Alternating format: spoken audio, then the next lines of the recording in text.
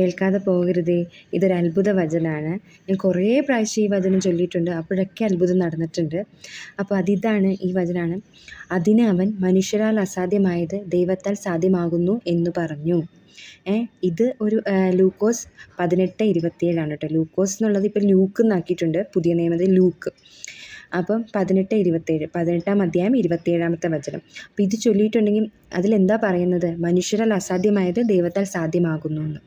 അത് 33 പ്രാവശ്യം ചൊല്ലണം. അങ്ങനെ 7 ദിവസം നിങ്ങൾ ചൊല്ലി നോക്കണം. എത്ര അസാധ്യമായ കാര്യമാണെങ്കിലും, എന്ന് പറഞ്ഞാൽ ഒരാൾ മരിച്ചു പോട്ടെ അല്ലെങ്കിൽ അയാൾ നശിച്ചു പോട്ടെ, അങ്ങനത്തെ ആർക്കും ദ്രോഹം ചെയ്യണമല്ല.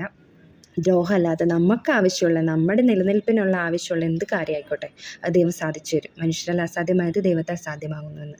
അത് ചിലപ്പം നിങ്ങൾക്ക് കൂടുതൽ പ്രയോജനം വരണമെങ്കിൽ ആദ്യം തന്നെ 33 പ്രാവശ്യം 7 ദിവസം എഴുതാൻ നോക്കണം. അപ്പം ഇതൊന്ന് ശ്രമിച്ച് നോക്കുക. എന്തായാലും എനിക്ക് ഒരു 5-6 പ്രാവശ്യം അത്ഭുതം നടന്നിട്ടുണ്ട്. 6 പ്രാവശ്യം ഞാൻ എഴുതിയിട്ടും 6 പ്രാവശ്യം അത്ഭുതം നടന്നിട്ടുണ്ട്. അതുകൊണ്ട് നിങ്ങളൊന്ന് ട്രൈ ചെയ്ത് നോക്കും. വചനം അറിയാത്തവർ സ്ക്രീൻഷോട്ട് എടുത്ത് വെച്ചിട്ട് പ്രാർത്ഥിക്കാം കേട്ടോ.